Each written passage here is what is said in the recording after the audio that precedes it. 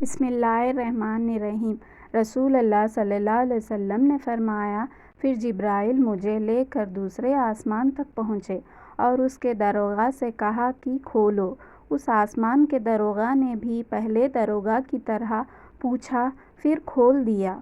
حضرت انس نے کہا کہ ابو ذر نے ذکر کیا کہ آپ صلی اللہ علیہ وسلم یعنی نبی کریم صلی اللہ علیہ وسلم نے آسمان پر آدم، ادریس، موسیٰ، عیسیٰ اور ابراہیم علیہ السلام کو موجود پایا، اور ابو ذر رضی اللہ عنہ نے ہر ایک کا ٹھکانہ نہیں بیان کیا، البتہ اتنا بیان کیا کہ ان حضور صلی اللہ علیہ وسلم حضرت آدم کو پہلے آسمان پر پایا اور حضرت ابراہیم علیہ السلام کو چھٹے آسمان پر۔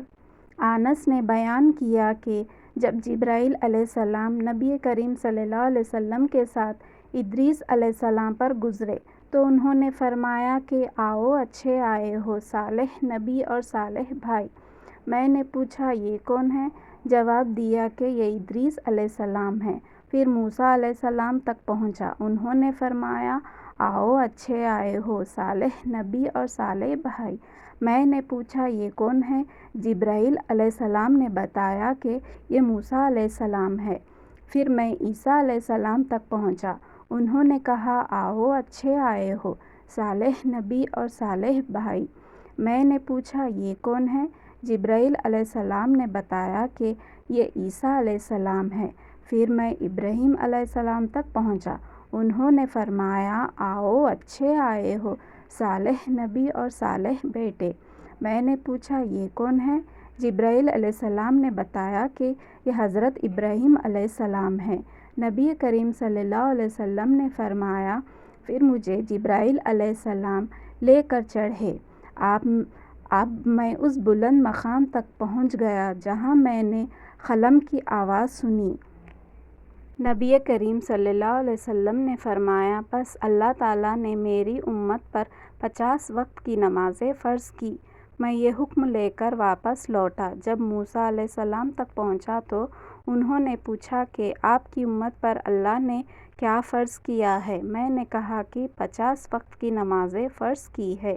انہوں نے فرمایا، آپ واپس اپنے رب کی بارگاہ میں جائیے، کیونکہ آپ کی امت اتنی نمازوں کو ادا کرنے کی طاقت نہیں رکھتی ہے۔